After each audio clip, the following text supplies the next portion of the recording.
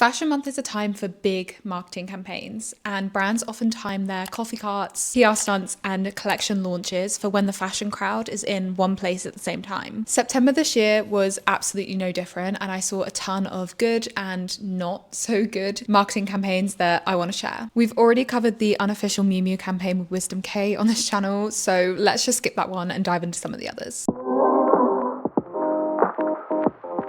One of the biggest trends I noticed this September is the amount of brands doing tangible, in real life marketing campaigns. And whilst I think the rise of posters being taped up around the city and walking billboards is a little bit gimmicky, I also think it's kind of cool and kind of old school. I saw a couple of brands doing slightly different things to each other. Heaven Mayhem, for example, left goodie bags of their new collection on the street and walked around showing their mood board for the new collection, which I actually thought was kind of cool. Coach announced their fashion show with a giant letter with the address that they walked around the city, and Tezza magazine left QR codes and funny posters all over the city for people to find their pop-up. I actually have some theories about why this has become the new obsession with fashion that actually ties into a lot of the campaigns we're going to talk about in this video. My theory is that this feels like anti-AI supremacy, and I want to know if it feels like that to anyone else. I've talked in previous videos about the anti-AI advert and the rise of brands doing behind-the-scenes content online to show that their cool campaigns aren't AI, or a lot of brands pushing forward creative work from actual artists in a way that kind of feels like a flex and a response to the companies that are going the opposite way and pushing AI. Like, has anyone seen those Skechers adverts, for example? They look awful. And I feel like the rise of tangible IRL marketing is just another facet of this. I also feels like this ties into something else I've spoken about the channel, the rise of soft gatekeeping and being in the know about something being cool again. Because of course anyone can stumble across a brand campaign online, but if you actually see one of these things out in the wild, it feels like a treasure hunt and you're one of the few people that actually got to see this. And maybe that makes you more excited about the thing. I don't know, but I think maybe brands are banking on this. And speaking of, that theory kind of applies to the next campaign too, because the rise of the scratch and sniff billboard is not something that was on my bingo card for 2025. And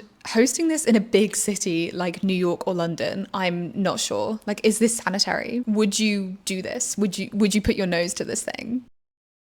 Possible biohazards aside, I actually think this is kind of cool. I say the resurgence of the physical billboard is actually kind of nice, kind of old school again, and I definitely prefer it to being served an Instagram advert. And having a massive scaled up version of what was quite classically a magazine advert where you could sample the brand's new perfume is very bold and, dare I say it, fun. I saw that the brand byeeeee did this to launch their new deodorant, and also Miu Miu placed scratch and sniff billboards around New York to launch their new fragrance. Although that entire launch has been somewhat overshadowed by the Wisdom drama. I don't know if I can see this catching on. I don't know how many people would be willing to put their nose to a public billboard, but I think it's very in keeping with the rise of sensory marketing that's happening right now in fashion. And I kind of had a thought about this actually while I was looking at these new campaigns, which is that, isn't it ironic that sensory marketing is so big right now and brands are really into showing us through their adverts what their clothes taste like and smell like and even sound like, and getting these senses connected to their clothing, but they seem to be missing out on the biggest and easiest version of sensory marketing, which is touch. People are still shopping online versus IRL, and although I do think there is a new resurgence of bricks and mortar stores and people going back into shopping in person, it's interesting that it doesn't seem to be the thing fashion is pushing, and instead they're really leaning into the digital version of sensory marketing and how to convey to people exactly what a collection is like and how it should feel to us without us having to leave our homes. I don't know. I think I've just seen one too many fashion brand relate their clothing to butter that I'm just questioning the entire sensory strategy. And okay, speaking of butter and sensory marketing,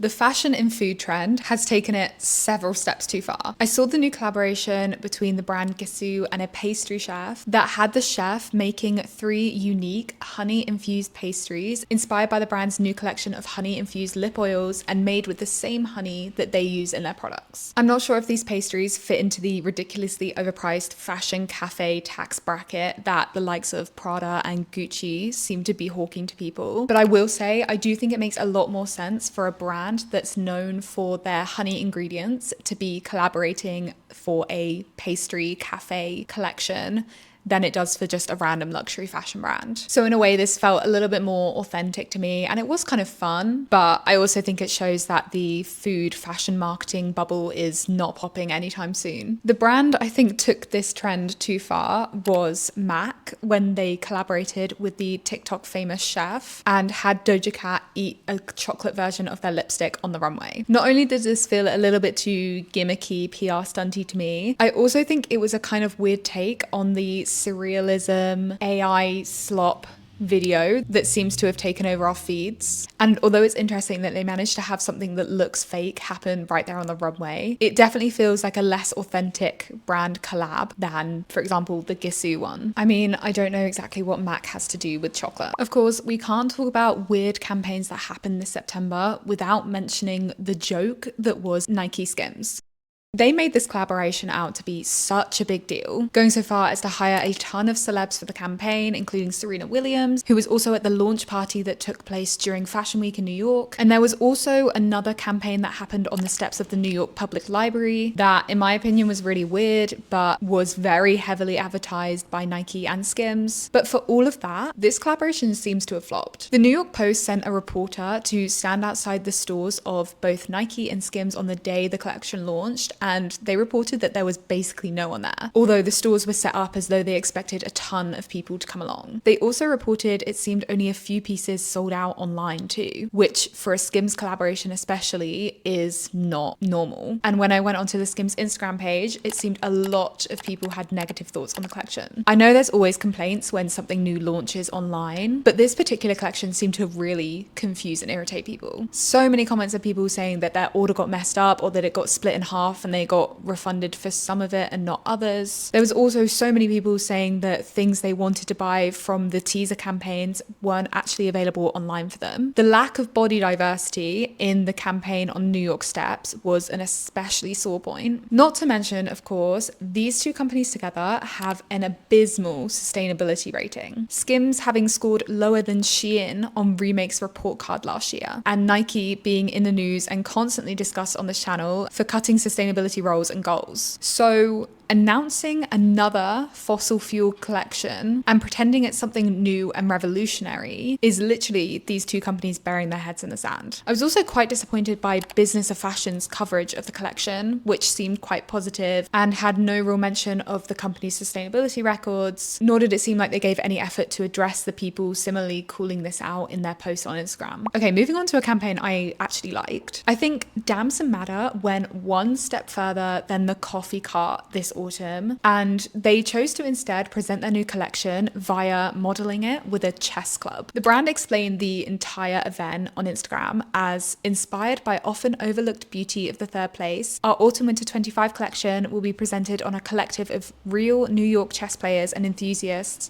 cast and curated by members of the club in a timed chess tournament held in New York Marble Cemetery. And actually, looking at the pictures and the behind the scenes content for this campaign, it looked quite fun and community-led rather than just giving the appearance of community-led. The campaign is very much leaning into the rise of community offline and that kind of hype. But in another way, I think it's an example of brands moving away from your classic Instagram influencer who's just telling you where to shop and instead trying to champion and align their brands with people who have a little bit more personality maybe, and I guess current social credit, it being that they maybe have a hobby or a community or authenticity. I also like how the brand is presumably supporting this chess club by promoting it and drawing attention to the fact that third spaces are important. The brand called it a unique presentation that blended fashion, intellect, and street culture, and I think that's super interesting. I'm very much intrigued by their use of the word intellect and also choosing to host this in a chess club. I've actually seen a lot of similar glamorization recently happening in the industry, and I kind of want to do a video about the rise of the well-read, smart, anti-brain rot girly taking over the fashion industry.